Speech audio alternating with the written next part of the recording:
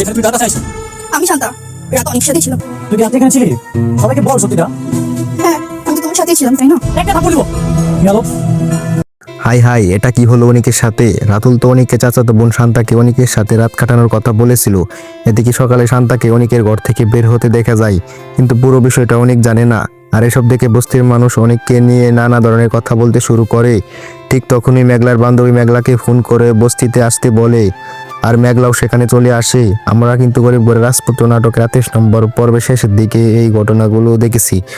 অন্যদিকে অনিকের চাচা অনিকের সন্তানকে সরিয়ে ফেলে, অর্থাৎ বাচ্চাটি বেঁচে আছে, কিন্তু অনিক ও মেঘলা এখনো সে সত্য জানে না। তবে অনিকের চাচা সবকিছু বৃষ্টিকে বলে দেয়। বৃষ্টি চেয়েছিল অনিককে সত্যটা জানাতে, কিন্তু তার বাবা তাকে কঠোরভাবে নিষেধ করে দিয়েছে।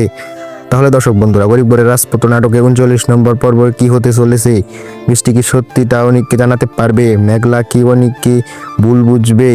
আর অনিক কি তার সন্তানের খবর জানতে পারবে? এসব বিষয় নিয়ে আজকের এই ছোট আপডেট ভিডিও। দর্শক বন্ধুরা, তোমরা সবাই কেমন আছো? আশা করি সবাই ভালো আছো। গরিব ঘরের রাজপুত্র নাটকের 39 নম্বর পর্ব কবে আসবে সেটাও এখন জানিয়ে দিচ্ছি। তবে তার আগে ছোট্ট একটি অনুরোধ, যারা এখন আমার চ্যানেলটি সাবস্ক্রাইব করনি তারা দ্রুত সাবস্ক্রাইব করে পাশে থাকা বেল আইকনটি অন করে দাও। গরিব ঘরের রাজপুত্র নাটকের 39 নম্বর পর্বটি মঙ্গলবার দুপুর 12টায় শুধুমাত্র কারুহিম ইউটিউব চ্যানেলে আপলোড করা হবে। তো এটাই ছিল আজকে ছোট আপডেট। সবাই ভালো থেকো, সুস্থ থেকো, আল্লাহ হাফেজ।